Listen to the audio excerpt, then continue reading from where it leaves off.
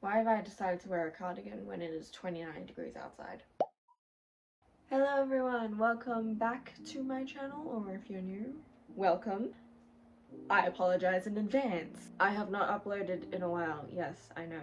Someone give me tips on how to gain motivation to regularly upload on YouTube, because I do not have any of it. Not too long ago, I did a video of bookish X, and I decided we're going to do the opposite of that. So in today's video, we're going to be doing bookish things that I love. The first bookish thing that I love that I want to talk about today is my love for floppy books. And if you don't know what a floppy book is, it is this.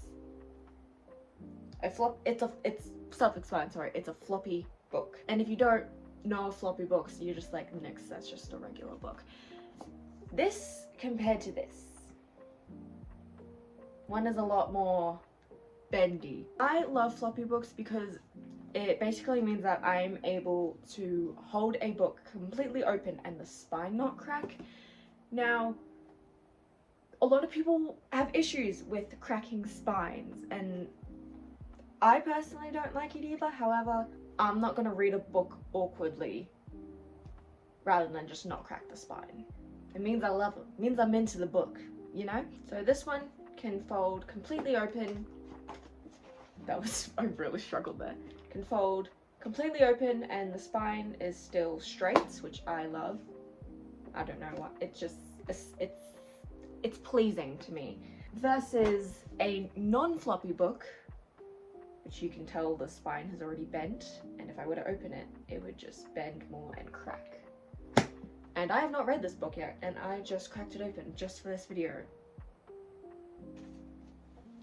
You better appreciate me. Flop. Love. Love, love, love. Like, you can see the spines cracked there. That's because this book ain't floppy whatsoever. She cracks. But that's okay. It's okay. The next bookish thing that I love is marking your book as read on Goodreads or any app that you can use to track your book process. There's just something so satisfying about clicking that finished reading button. Ooh! Another bookish thing that I love is when fantasy books specifically have a pronunciation guide. Love. I can barely pronounce words well enough as it is, let alone completely made up names. I mean, all names are made up, but like, you get what I mean. Fantasy names, fantasy places, all that jazz. And I love me a fantasy book. I love me a fantasy book. But there's just something so good about a little pronunciation guide at the beginning of the book. Preferably at the beginning, because if it's at the end, then I probably won't recognize that it's there. And then spend the whole book struggling, and then get to the end and be like, oh, so I was pronouncing that wrong.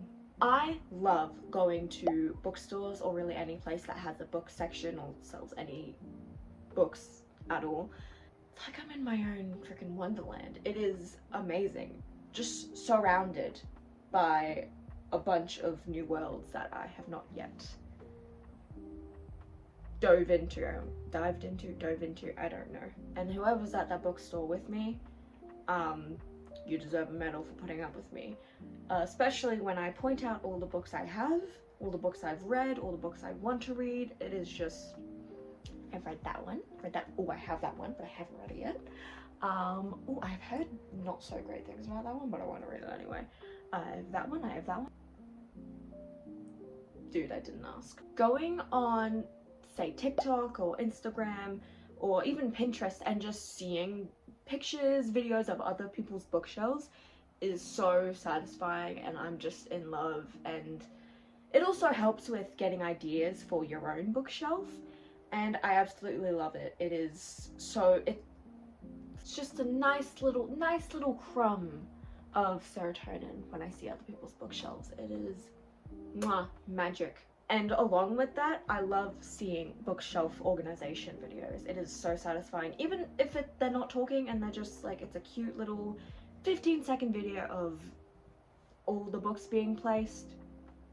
Love. This next one can tie into this video, however, it also doesn't, and here's why. Whenever I want to read a book in a series, I always buy the whole series at once. Now, this ties into this video because I love doing that. It's so pleasing to just buy a whole stack of books and put it on your shelves and be like, cannot wait to read this series. It doesn't tie into this video because, yes, it may be something I love doing, but it is also just because I have no self-control. Yeah, I don't know about you, but I love when I'm in the middle of reading a book, per se, and I've decided I'm done reading for the day. So I put in my bookmark, close the book, look at the top and see how far in the book I've gotten. It's just so satisfying to see how far you've gotten through the book. Especially I find where I started and where I finished for the day and see how much I actually read of the book. Sometimes I'm disappointed with what I see and then I feel horrible, but when I don't, it's wonderful. The last bookish thing that I love for today is just simply sitting down and admiring your own bookshelf.